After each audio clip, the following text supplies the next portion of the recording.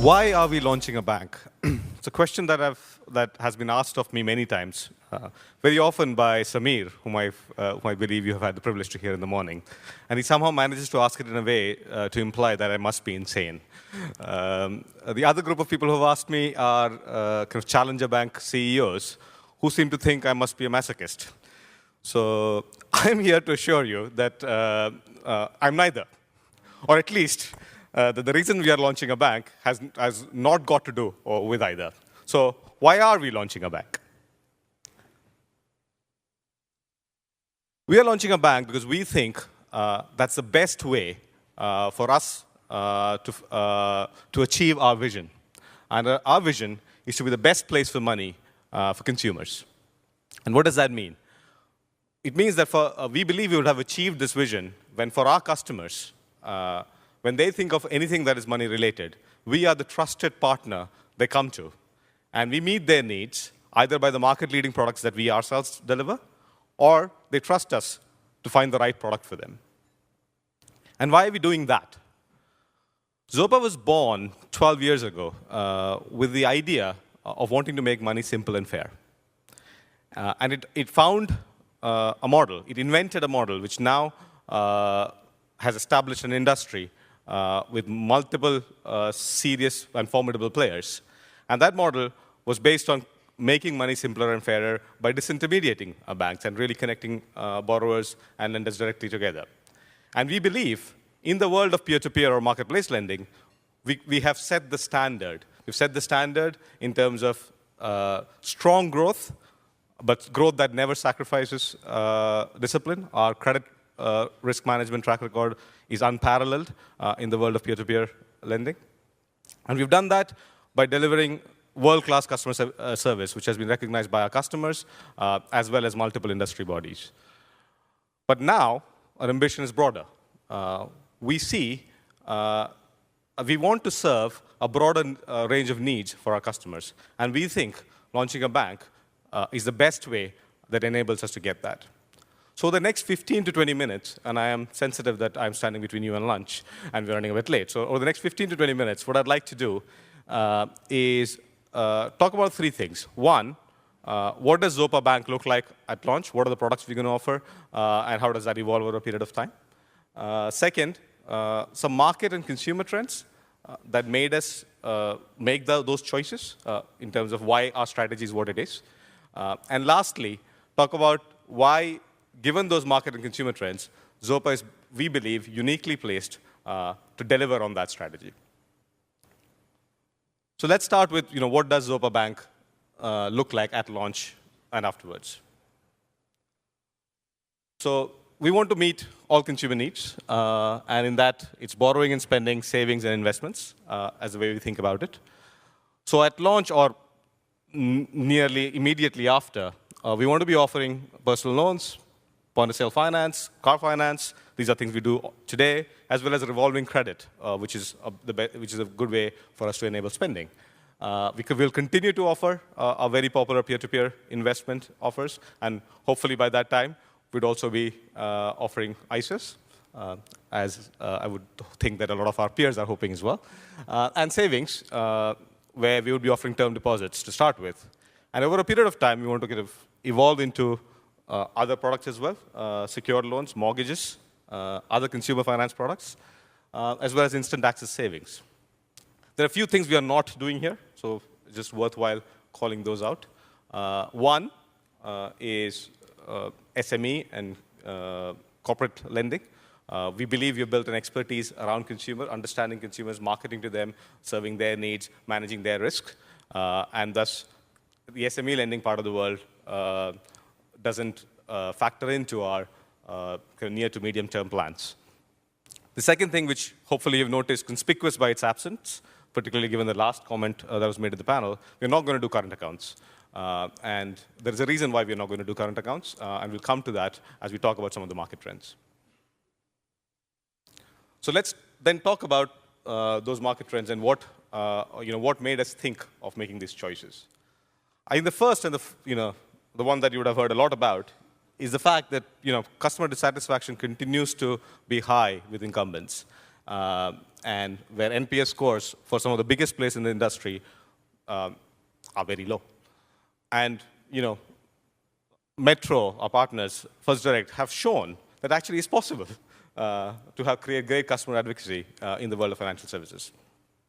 And today, we deliver a great experience, and we'll come back to our NPS in a bit, but we deliver a great experience in a narrow world of installment loans and peer-to-peer investments, and we want to be able to offer the same experience across a broader range of goals. And this continues to be the strongest motivator for us, that how can we give more customers a better experience. The next is, in general, people think a lot about markets being efficient and that belief in true markets. But when you look at data, you realize that not all markets are efficient. And let me take this example of interest rates, and I'm using Bank of England publicly available data here. If you look at an interest rate for a £10,000 loan in 2011 versus 2016, there's been kind of rapid decrease there, where the average loan rate has gone from something like 9% to 4.5% or 5%. And we take great pride in that, because we think we have delivered a lot of this good to the market by continuing to grow and making sure that our competitors remain honest in terms of how much margin they are serving. So we have grown our business through what has been an intensively competitive, in fact, probably driven by us as well, period. And through that, we have delivered, I think, better outcomes for our customers and for customers in general. But if you look at two other markets, which are very similar in its nature in terms of the risks, the costs, and those are other unsecured products, credit cards and overdrafts, they've barely budged. In fact, credit cards have gone up. Now, credit cards is weirder in the sense that there has been another dimension on which the competition has been fairly intense. That's how long that 0% that you would get has been. So today, if you go and you're a prime borrower, you can get a 42-month 0% offer in the market. Now, I do not know, and I have worked for 12 years for a credit card company before this. I do not know how do you make money out of that, but I'm sure there is some alchemy going there. But what is true also is, again, if you look back at Bank of England data, 60% of the credit card balances today are interest-bearing, which means 60% of balances, I don't know how many customers, we don't have that data, are paying those high interest rates and probably subsidizing those other 40%. And that is by no means an efficient, maybe it's inefficient, but it's definitely not a fair market. And overdraft, again, there is no reason why those rates haven't gone down. Risk hasn't gone up. Cost of credit hasn't gone up. And if anything, operating expenses have continued to come down. And the only reason the rates have gone up or remain flat is the fact that consumers don't tend to notice it. And the same story, and the data is less readily available in the world of used car finance. The same story plays out there, where the average rate that a consumer ends up paying in used car finance is far higher than it needs to be when you can look it up from a cost standpoint. And the reason Bank of England doesn't have that data is because a lot of banks play in it, and this Bank of England doesn't collect that data. So when we look at the markets that we want to play in, we see that the consumer today is not being well served by the incumbents. And thus, we have an opportunity to enter and offer the customer a better deal and a better experience, and do what we have done in the loan market for other markets as well. And that's a strong reason for our motivation to go into banking, but also choosing these asset classes to participate in.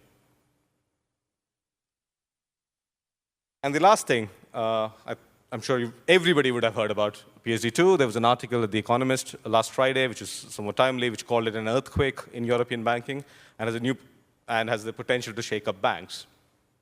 And I think the one aspect of banking this is going to most shake up is current accounts. So today, current accounts tend to be fairly expensive to build, maintain. They're also extremely hard to acquire. The average cost to acquire a current account customer in the UK last year was more than £400. That's probably the most expensive, other than mortgage, potentially the exception for mortgage, the most expensive customer to acquire. So why is that? Why are banks spending so much money to try to get a current account? And I think the reason goes to two different things. It's not that they directly make money out of current accounts. We all know it's for free. It's overdrafts that we looked at the back. And the other one is the fact that it has traditionally enabled the bank to own the customer relationship. And that means, for example, if you look at a loan, today more than 60% of customers, even today in the world of money supermarket and all the data available there, go to their bank and go typically to their bank means their current account provider to actually to get a loan. And that means there is less price comparison, there is less cost to acquire. And this current account has been a way to own the customer relationship. We think PSD2 fundamentally changes that. And it changes that because suddenly customers are not interested in talking about who their current account is. A lot of them are actually operating their current accounts through a trusted third party.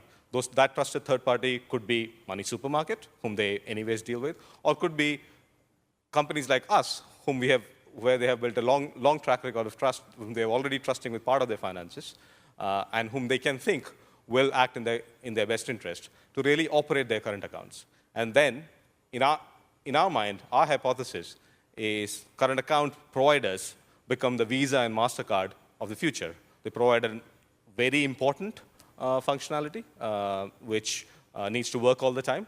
But they begin to look more and more like utilities and regulated like utilities. And the customer relationship moves from the current account provider to the interface provider, where they think they have the relationship. And with that hypothesis, we do not believe that we want to actually build the complexity of current accounts, because we think the economics of the current accounts are going to fundamentally change once PSD2 becomes live next year. And Brexit doesn't impact this, because open banking, which is a British initiative, actually continues to be committed in the same direction. So that talks about the market trends that enabled our strategy and our thinking, and decided and kind of determined which asset classes we want to play, which products do you really want to serve. Now I talk a little bit about what are the Zopa capabilities that we bring to the table that we feel confident that we can actually deliver on this strategy. So first is our track record. Unlike many of the new challenges, we have had a 12-year track record of driving strong growth, originating customers, and originating assets, which has been the difficult part for most new banks. And doing that while never sacrificing discipline. I talked about our unparalleled credit risk track record. The only annual vintage that actually missed losses was 2008. It's on the right-hand side. And even then, even in 2008, our lenders actually made money. So while losses was higher, their expected return was negative, was lower than what they had expected, the actual returns. But the returns were positive, they made money, which I don't think they made money on any other financial asset other than potentially us. So it's a track record that we're extremely proud of, and something we think actually enables us to continue to grow in a strong manner, but also inspire confidence from investors and regulators that we know how to run a disciplined lending business. And we've done that while delivering an excellent customer experience. I think we've been awarded, including by Alt5 and many other